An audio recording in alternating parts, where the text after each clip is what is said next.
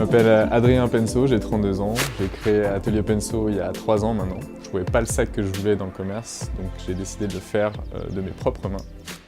On utilise son cerveau pour penser un produit, et ensuite on doit le produire avec ses mains. On utilise à la fois ses mains et sa tête, et c'est ce qui m'intéressait beaucoup. Que ce soit la production, le design ou même encore la communication, le challenge c'est de réussir à faire tout ça de manière à ce que l'entreprise tourne. Le cuir c'est un matériau très noble que j'aime beaucoup. L'objet va évoluer avec le temps, c'est-à-dire qu'on va partir d'une couleur qui est relativement mat et en fait avec les frottements il va prendre une légère brillance, il va prendre des marques, il va vraiment vivre en fait, et c'est ça que j'aime beaucoup. Les produits que je fais à l'origine, c'est des produits que je fais pour moi et je voulais quelque chose de très simple, quelque chose de très fin, donc c'est comme ça que j'ai fait des porte-cartes parce que les portefeuilles sont très épais. J'aimerais vraiment développer quelque chose en rapport avec l'hôtellerie et la restauration. Il y a déjà des hôtels et des restaurants qui m'ont contacté pour faire des goodies.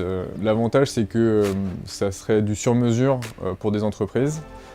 Et moi ça me sort de mon quotidien. C'est un rapport qui est assez intéressant dans la mesure où les choses vont relativement vite, même s'il y a des changements, même les changements vont vite aussi, quoi.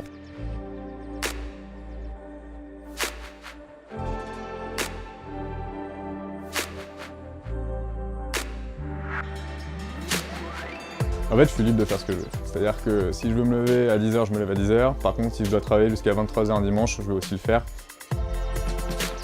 C'est aussi le fait d'avoir des journées qui sont très différentes. Un matin, je vais devoir produire quelque chose et je dois partir en course pour aller trouver un nouveau fournisseur. J'ai pas une journée qui se ressemble et c'est ça que j'aime vraiment dans mon métier. Cette liberté, cette diversité permanente en fait.